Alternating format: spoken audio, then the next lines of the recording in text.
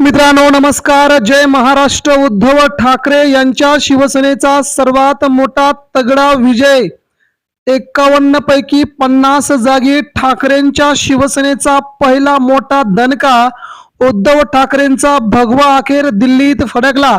मित्रांनो सविस्तर जाणून घेऊया महाराष्ट्राच्या राजकारणातील या घडीची सगळ्यात मोठी बातमी. भाजपला घाम फुटला तर एकनाथ शिंदेच्या शिवसेनेचं डिपॉझिट जप्त. राज्याच्या राजकारणात पुन्हा एकदा ठाकरे राज आलं उदयास. उद्धव ठाकरे यांच्या शिवसैनिकांनी मातोश्रीवरती केला मोठा जल्लोष. तर या जल्लोषामध्ये उद्धव ठाकरे आदित्य ठाकरेंसह शिवसेनेचे नेते देखील न्हाले. मित्रांनो महाराष्ट्रात पुन्हा एकदा ठाकरेंची मुसंडी. तर उद्धव ठाकरेंचा आवाज दाबणारा अजून जन्माला यायचा आहे. नेमका काय घडलंय सविस्तर बातमी जाणून घेऊया महाराष्ट्राच्या राजकारणामध्ये. ही बातमी राजकारणाला नवीन आयाम देणारी आणि महाराष्ट्राचं स्वागत करणारी. सविस्तर जाणून घेऊया. आपण जर आमच्या YouTube चॅनलला नवीन असाल तर नक्कीच मित्रांनो सबस्क्राईब करा आणि शेअर करा व्हिडिओ. मित्रांनो आपण कडवट निष्ठावान शिवसैनिक असाल तर नक्कीच खाली प्रतिक्रिया द्या. उद्धव बाळासाहेब ठाकरे किंवा शिवसेना आपलं स्वतःचं नाव आणि आपल्या जिल्ह्याचं नाव देखील आपण टाकायला विसरू नका, जेणेकरून उद्धव ठाकरेंची शिवसेना महाराष्ट्राच्या कोणकोणत्या कानाकोपऱ्यापर्यंत पोहोचली आहे यावरून पुन्हा एकदा आपल्याला स्पष्ट होईल. कडवट शिवसैनिक हेच उद्धव ठाकरेंचं ब्रह्मास्त्र असल्याचं आपल्याला सदैव जाणवेल. तेव्हा बघूया आजची महत्वाची बातमी. ज्या बातमीने संबंध दिल्लीमध्ये मराठी माणसांचं तख्त ठाकरेंनी फडकवला भगवा झेंडा. तर दिल्लीत पुन्हा एकदा ठाकरे राज.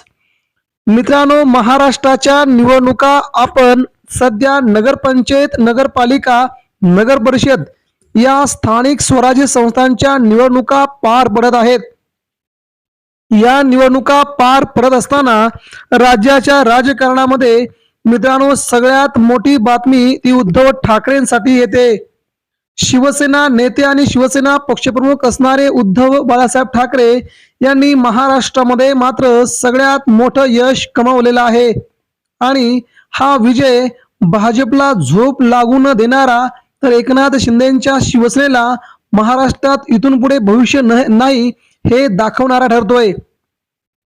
भाजपने उद्धव ठाकरेंच्या शिवसेनेला संपवण्यासाठी जीवाचं रान केलं. ठाकरे संपलेत असे म्हणणारे भाजपचे नेते आजही त्यांना उद्धव ठाकरेंवरती टीका करावी लागते.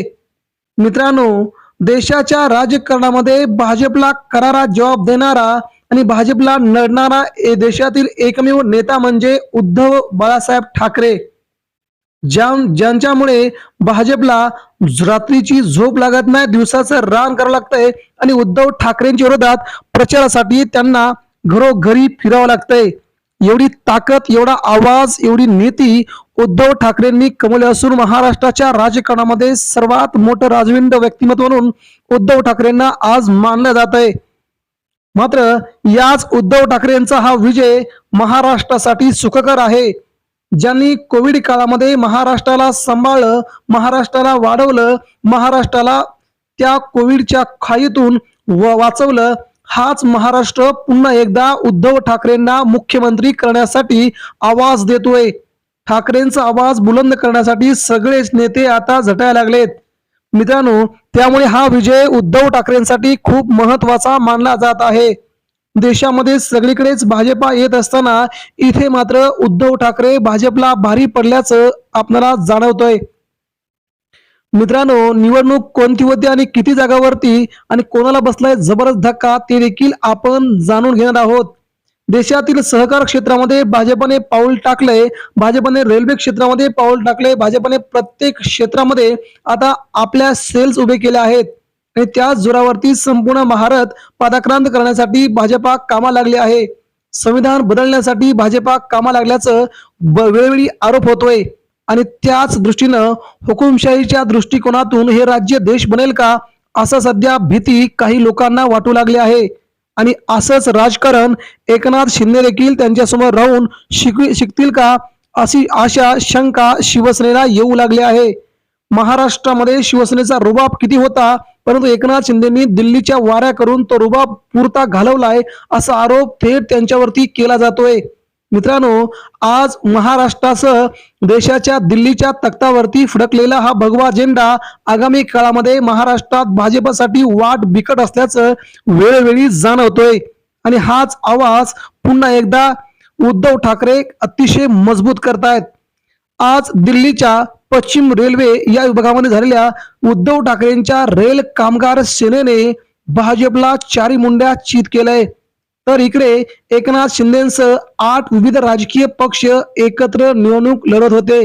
मात्र शिवसेनेची भारतीय कामगार सेना असणारी रेल्वे कामगार सेना यांनी ही निवडणूक अतिशय प्रतिष्ठेची केली होती.